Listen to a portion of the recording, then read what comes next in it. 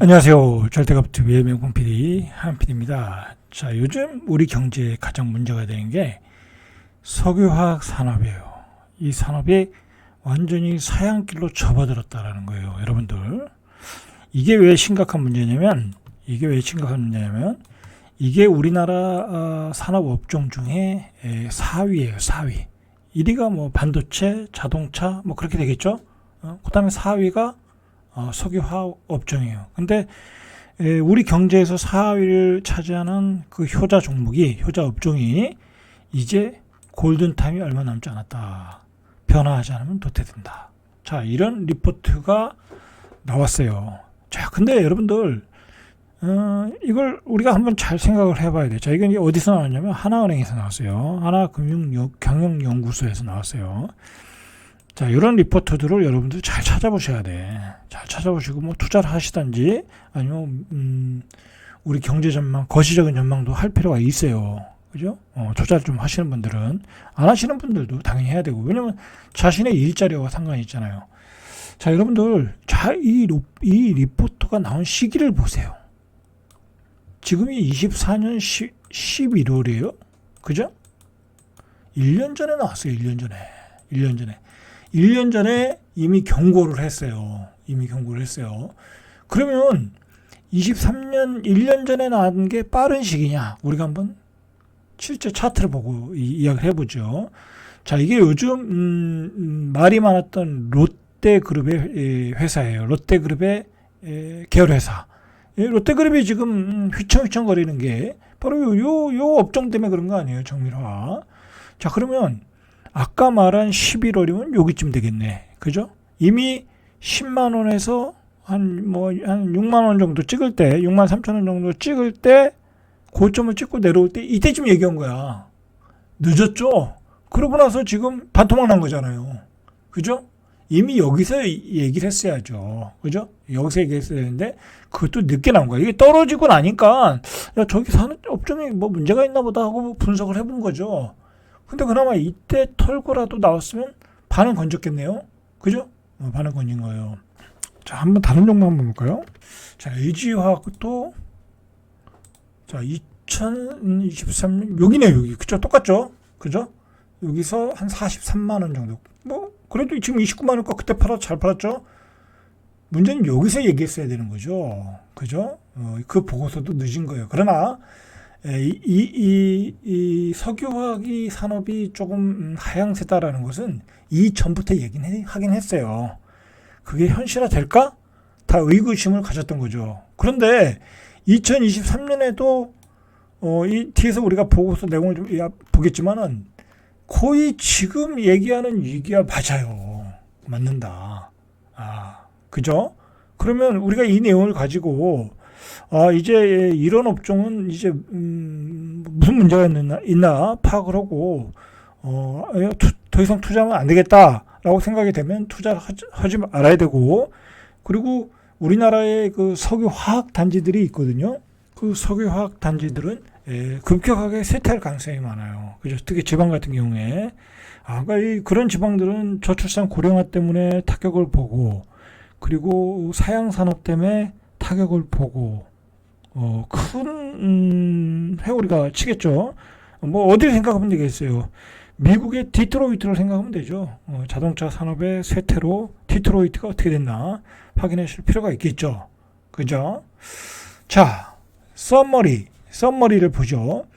지난 20년간 중국의 기대, 고성장을 이어온 국내 석유화학 산업은 예상보다 빨리 다가온 중국의 자금률 확대, 그러니까 중국 스스로 공급하는 확대와 그 다음에 환경 규제, 기후변화 때문에 환경 규제, 이제 플라스틱 그만 쓰라 이거예요. 썩지도 않는 거. 그리고 미세 플라스틱이 우리 몸을 해치고 있다. 뭐 여러 가지 이유로 규제가 강화됐다. 특히 유럽 같은 데에서. 그래서 생산이 축소되고 산업 자체가 위축이 된다. 이게 내용이에요. 이게 원인이에요. 자, 이 중국의 자금률 확대를 보세요. 중국의 예전에 중국이 고도 성장을 할 때는 중국이 자급적으로 공급하는 데는 모자랐던 거야. 그러나 중국이 고도 성장을 하면서 이제 공장을 닫혔다 이거예요. 자기네들이 이제 스스로 생산해서 쓸 만큼 다 줬다. 그래서 자금률이 100% 됐다. 그런데다가 중국의 경제가 지금 안 좋잖아요. 그러니까 공급 과잉이 들어간 거야. 중국도.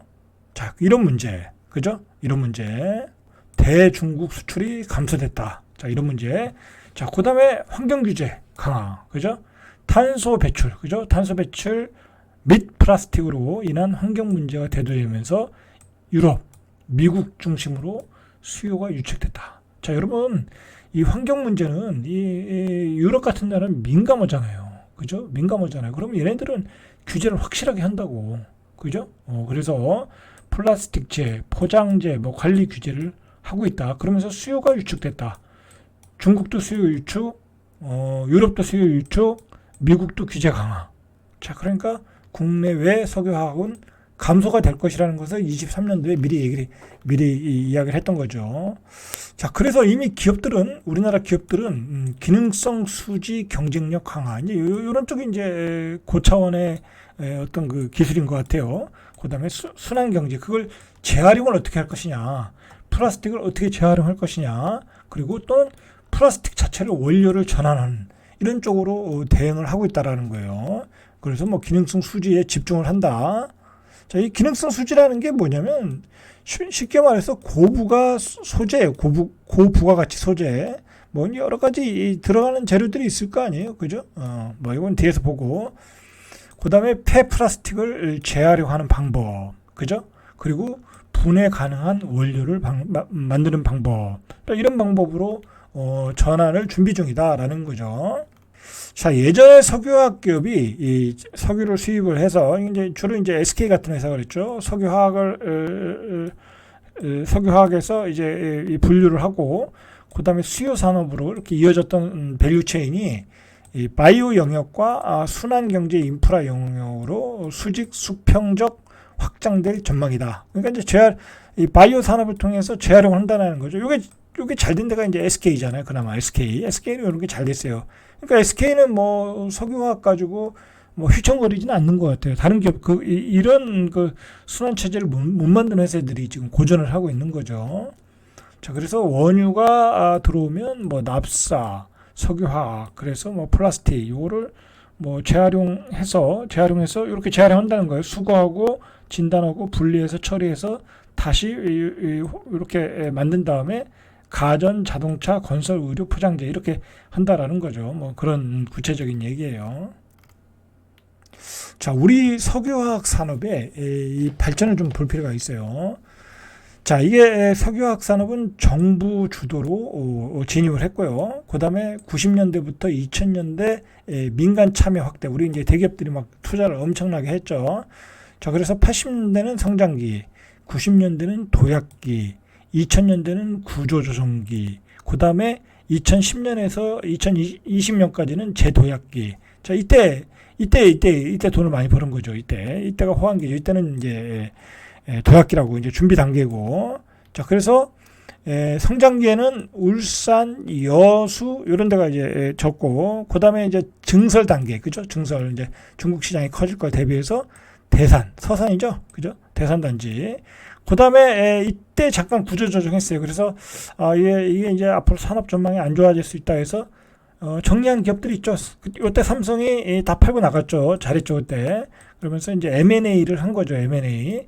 그러면서 이제 그 다음에 제도약, 이때가 중국에 잘 팔아먹을 때죠. 중국에 잘 팔아먹다가 지금 이제 공급과잉에 부딪힌 거죠. 이제 공급과잉과 기후변화 때문에. 자, 실제로 그 석유화학 산업은 이제 우리 그 국내 비중을 보니까, 산업의 비중을 보니까 자동차가 1위, 그죠? 자동차가 2020년 기준이에요.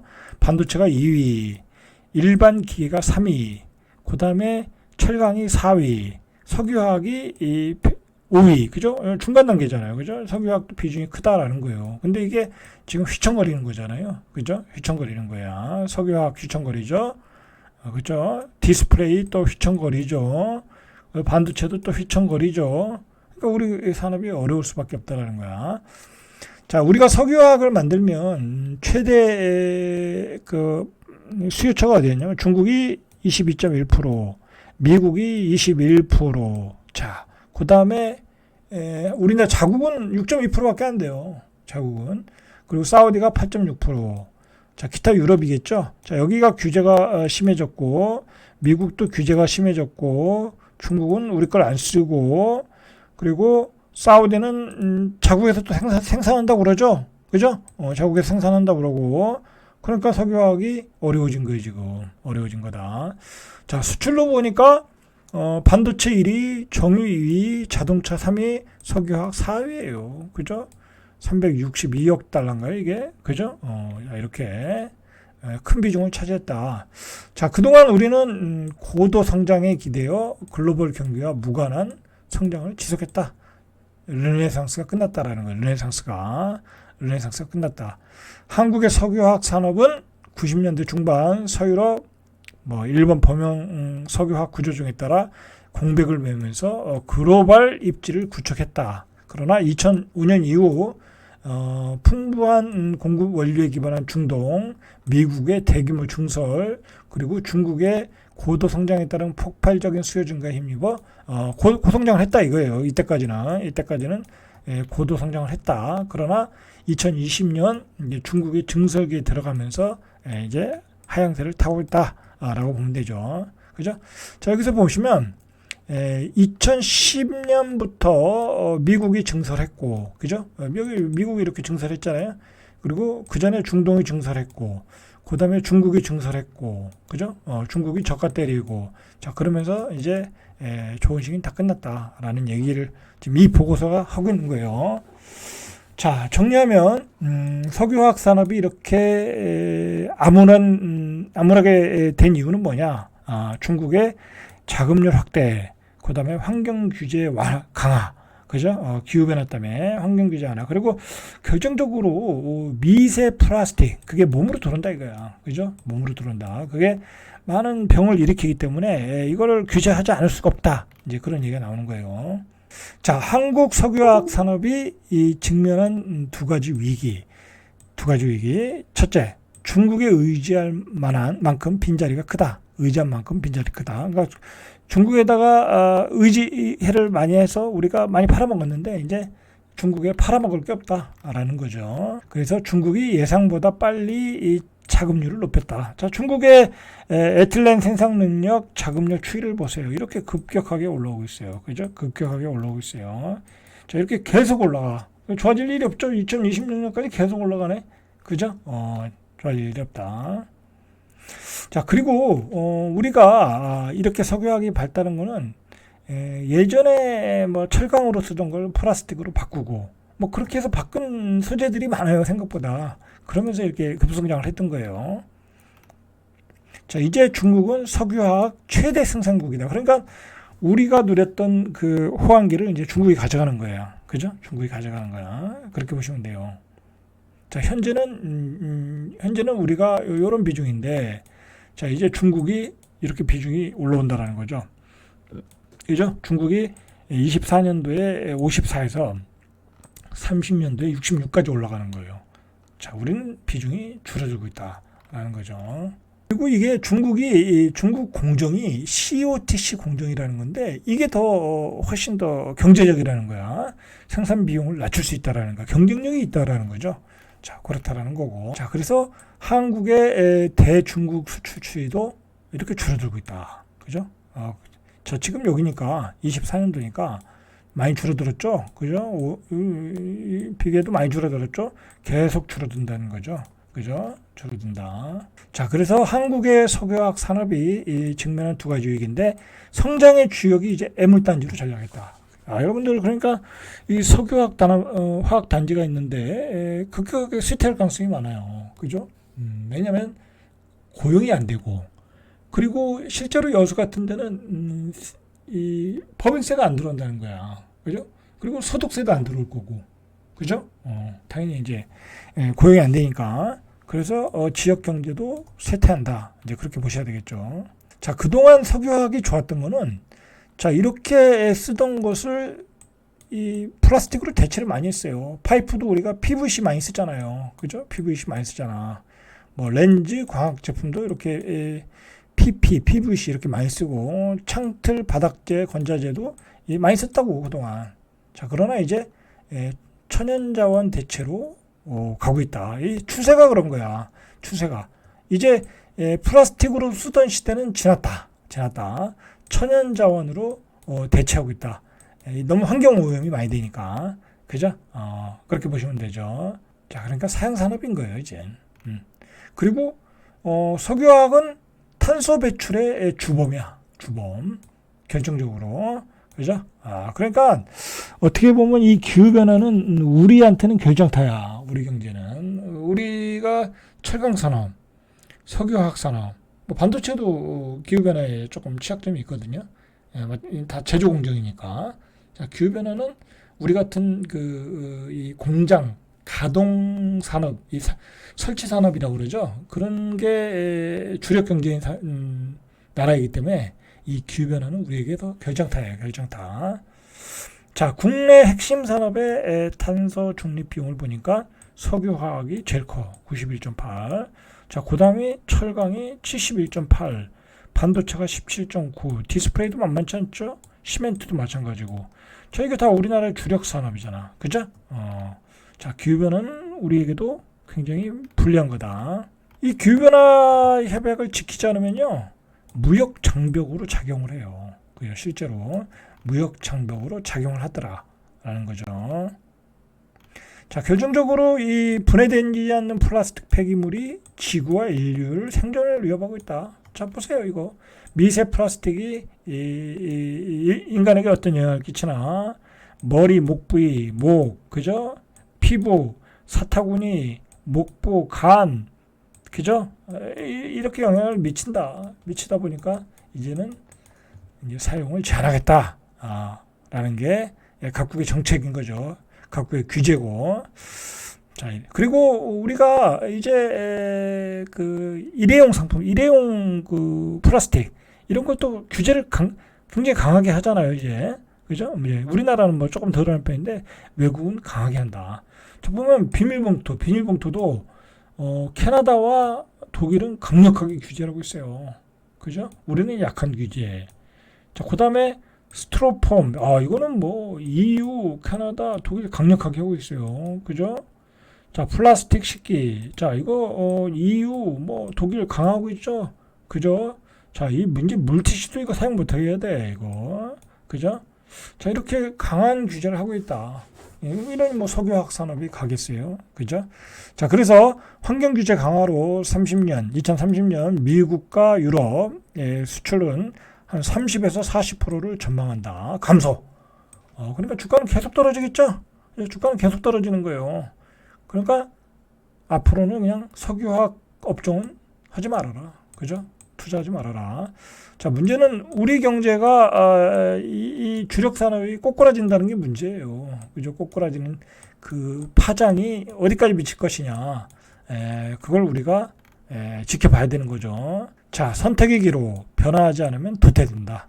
그죠? 이게 우리나라 석유화학의 현실이고요. 이게 작년에 나왔던 보고서예요. 그죠? 자, 그러니까 우리는 보고서를 자주 봐야 되겠죠. 그죠? 자, 좋은 보고서 있으면 제가 계속 올려드리겠습니다. 자, 절대값TV의 명품 PD, 한 PD였습니다.